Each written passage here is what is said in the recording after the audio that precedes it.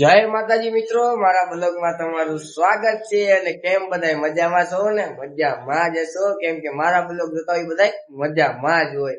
એટલે આજે હું હતો મારા ઘરે. એટલે આપણે જવાનું છે આજે દોસ્તારની ઘરે, કેમ કે એની ઘોડી હકાવા. એટલે આપણે ઘોડી કેવી રીતના હાલે ને કેવી રીતના રમે એ તમને બતાવી. તો આગળ બ્લોગમાં બન્યા રહેજો. ચલો ફાઇનલી મિત્રો, મારા દોસ્તારની ઘોડીએ હું આવી ગયો છું. એટલે એ તમને બતાવી દઉં કે કેવી રીતના રમે છે અને કેવી રીતના એ ઉલારે છે, અને એનું તમને બતાવી દઉં. ચલો બ્લોગમાં બન્યા રહીજો. ફાઇનલી મિત્રો, કાંક આ રીતે આપણા લલિતભાઈ ઘોડી હકાવે છે. જો આને કહેવાય ઘોડી માસ્ટર. જો આવી રીતના ઘોડી હાંકવાની હોય અને ખોટી વતન મારે હો ભાઈ.